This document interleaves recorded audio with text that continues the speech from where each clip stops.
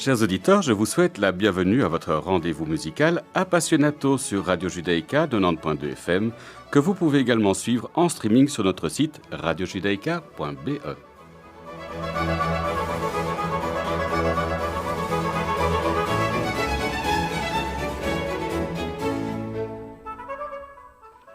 Nous avons l'immense plaisir d'accueillir aujourd'hui le pianiste Nelson Görner. Bonjour Nelson. Bonjour Frédéric. Alors je résume votre parcours. Vous êtes l'un des solistes en activité les plus passionnants. Vous êtes né à San Pedro en Argentine. Vous obtenez à 17 ans le premier prix du concours Franz Liszt de Buenos Aires, ce qui vous permet de bénéficier d'une bourse pour étudier auprès de la grande Maria Tipo au Conservatoire de Genève. À 21 ans, vous remportez le premier prix du concours de cette ville. Depuis, vous vous produisez avec des orchestres prestigieux comme le Philharmonia Orchestra, le London Philharmonic Orchestra, l'Orchestre de la Suisse romande ou le NHK Symphony Orchestra de Tokyo. Vous travaillez avec des chefs d'orchestre de renommée mondiale comme Neem et Paavo Järvi, Sir Mark Elder, Esa-Pekka Salonen, Vladimir Ashkenazy et Philippe Herreweghe. Musicien de chambre accompli, vous vous produisez avec Martha Argerich, Janine Jansen, Steven Isserlis ou Teddy Papavrami. Après un concert à Flagey, le site Res Musica écrit à votre propos « Pianiste stratosphérique et musicien purement génial, éminent chopinien, il joue d'ombre et de lumière. » Alors je vous propose de nous plonger directement dans votre art en écoutant Chopin justement et son nocturne en mi bémol majeur opus 9 dans votre interprétation.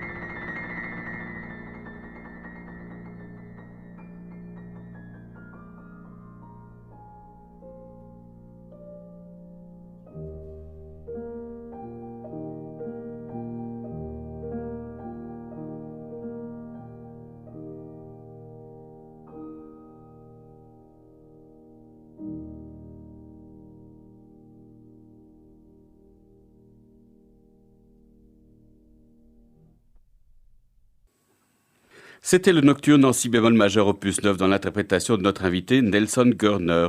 L'intégrale des nocturnes dans votre interprétation est disponible chez Alpha Classique.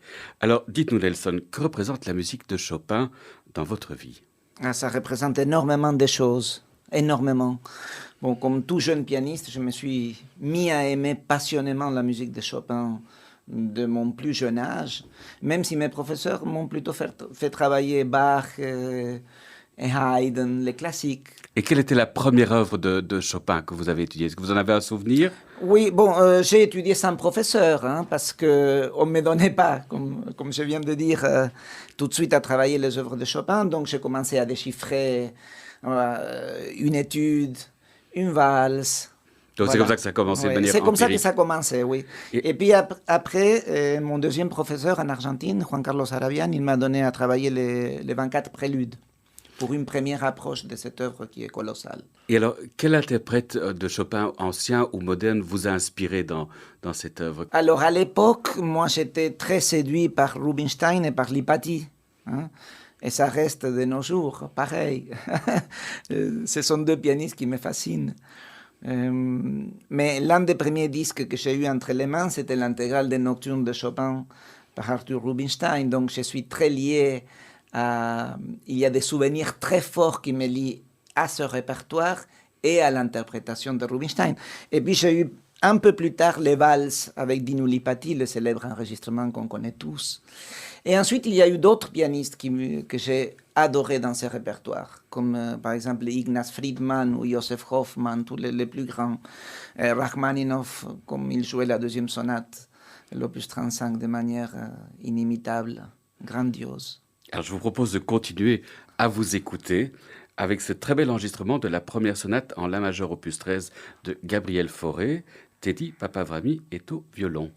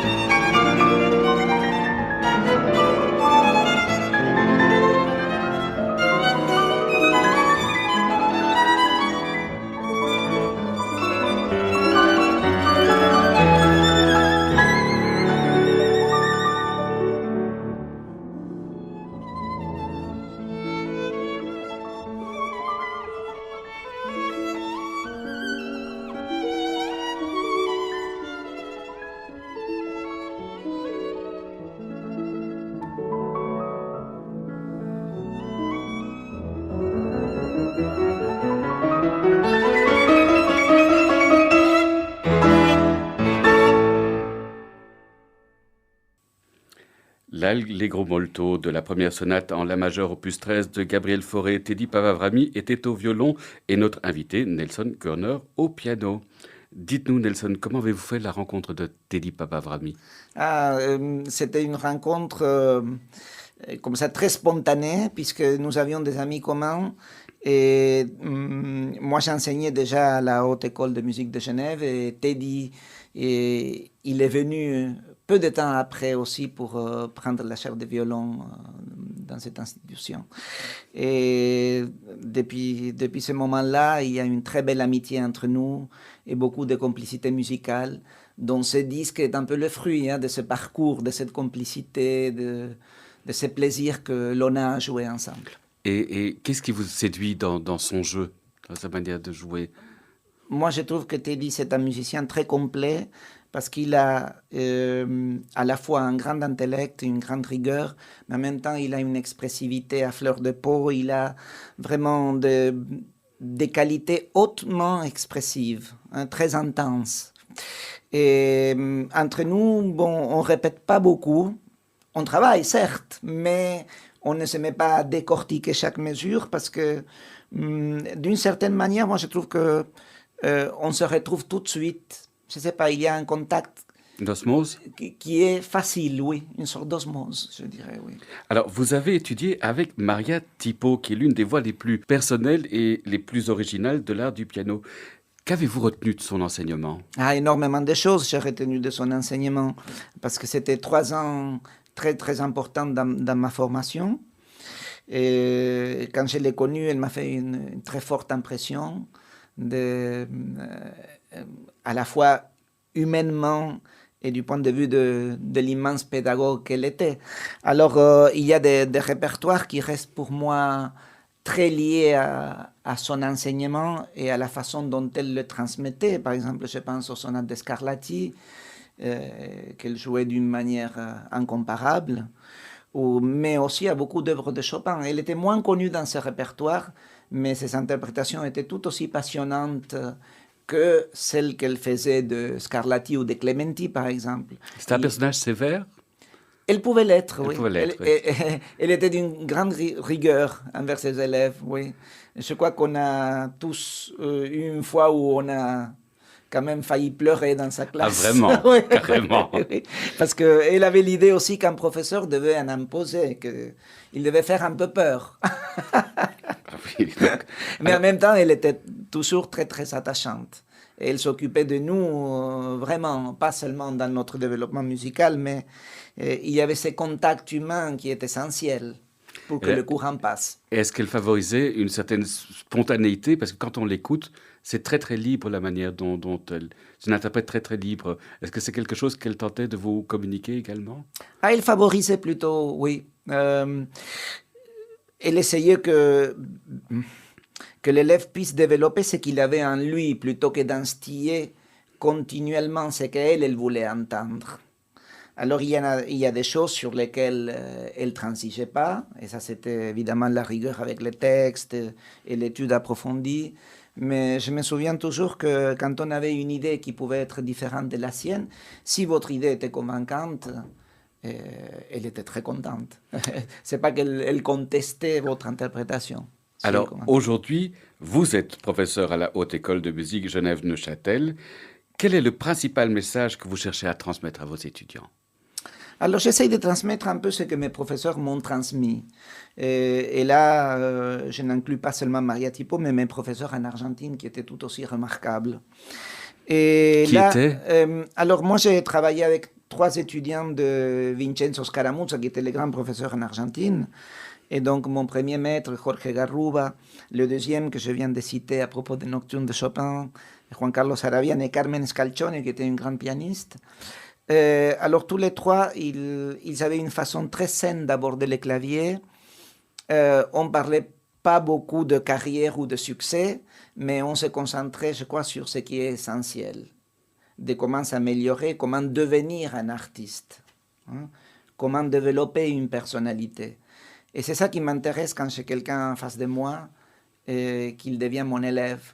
Alors j'essaye j'essaye de tirer le meilleur parti possible de ces possibilités. Là où il y a des lacunes, j'essaye aussi de les combler.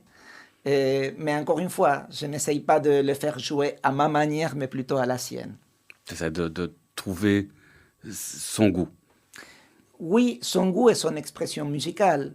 Parce que si quelqu'un est doué, cette expression musicale, elle sera là.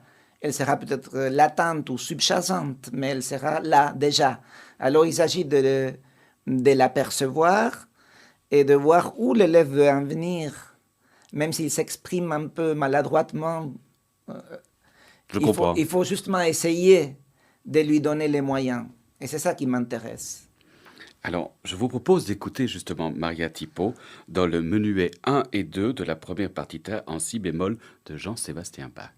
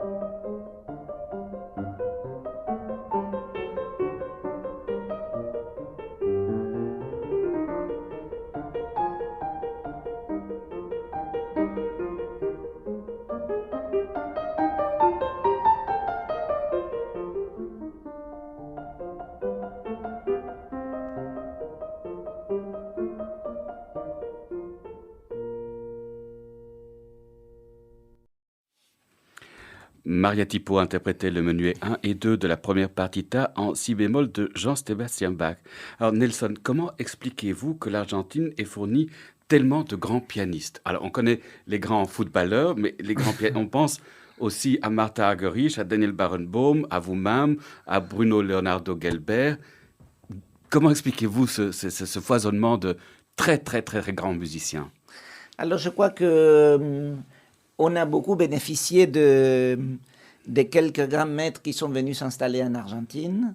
Vous parliez de Scaramouche, Oui, là. et lors de courants migratoires qu'on a reçus dans les pays.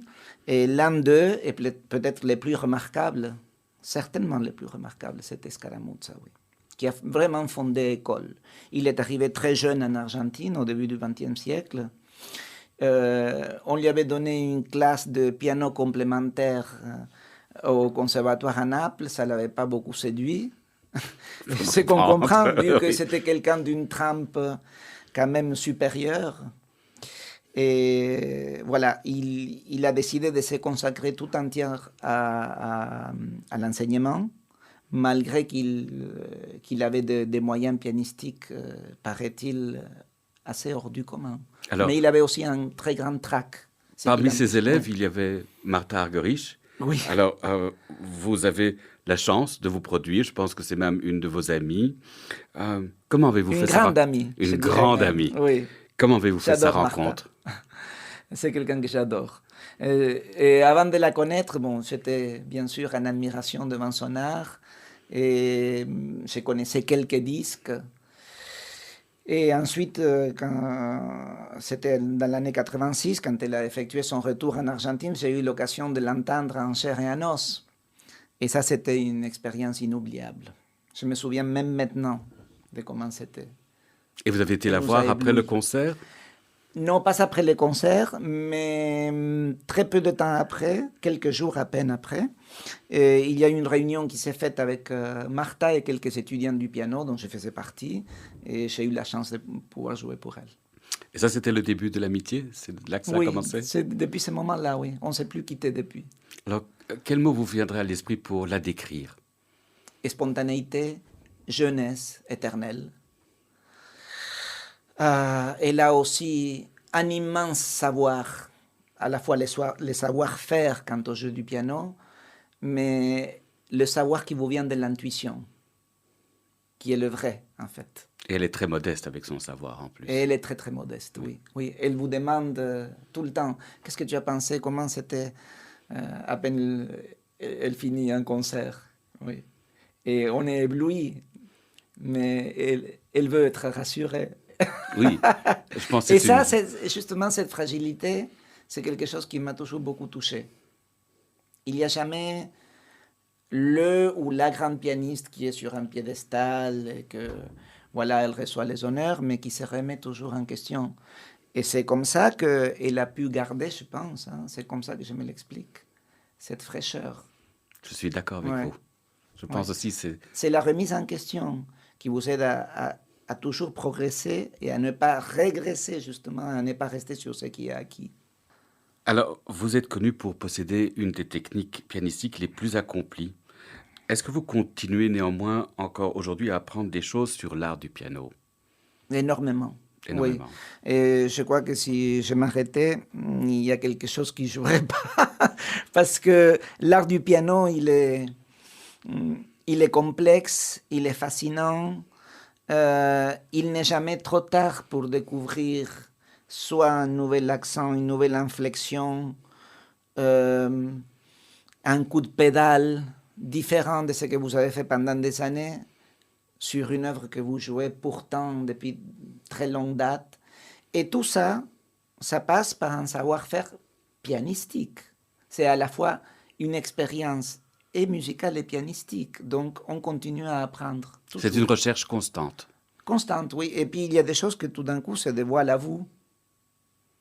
Et alors, est-ce qu'il y a encore des œuvres que vous estimez devoir encore apprendre? Est-ce que... Oui, beaucoup. Oui, il y a beaucoup de choses que vous oubliez. Alors, par exemple, ça fait longtemps que je flirte dans ma tête avec les variations Goldberg de Oh. Bach, mais je ne me décide pas pour autant. Et alors ça, j'interprète de la façon suivante. J'interprète ça en me disant, si je ne me décide pas encore, ça veut dire que je ne suis pas encore prêt, j'attends que le moment vienne. Alors, vous venez de sortir ce mois-ci le burlesque de Richard Strauss avec l'Orchestre Philharmonique de Radio France, qui est placé sous la direction de Miko Franck, dont je vous propose d'écouter un extrait maintenant.